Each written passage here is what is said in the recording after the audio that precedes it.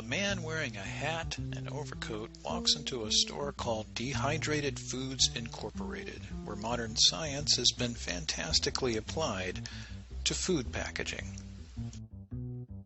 The store's shelves are stocked with rows of identical square packages on shelves that have signs like chicken, lamb, and beef.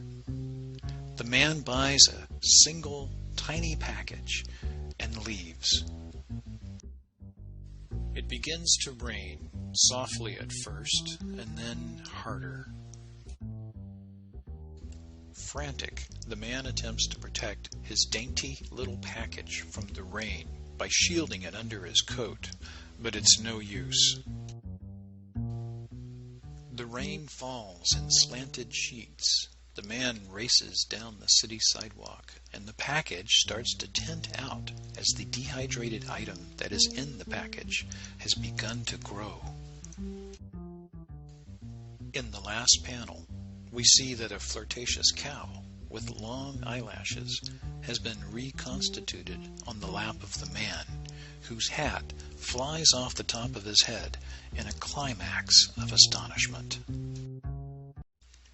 This comic, by the little-known cartoonist Ving appeared in a 1944 issue of Collier's Weekly magazine. It starts out as a screwball satire of technology, and it ends with a surprising, tumescent expansion and release. It's not too much of a stretch to see the comic as a disguised sexual joke, with its comedy resulting from the fact that the action happens uncontrollably and in public view. On another level, Ving Fuller's comic, which he reprised about a year later in his brand new syndicated comic strip, Doc Syked, demonstrates how multiple gags can simultaneously spring from the square panels of a well-crafted comic, like a jack, or, in this particular case, a bovine in the box. When this gag comic first appeared, Ving Fuller had been a professional cartoonist for over 20 years and was on the verge of launching what would be his magnum opus, Doc Syked, a comic strip that ran for well over a decade and which delivered admirable off-kilter lunacy on a daily basis. By the time of his death in 1965, Ving Fuller was all but forgotten. As far as we can tell, he was never interviewed. His work has never been reprinted. Ving Fuller's obscurity stands in stark contrast to that of his younger brother, the revered maverick filmmaker Samuel Fuller.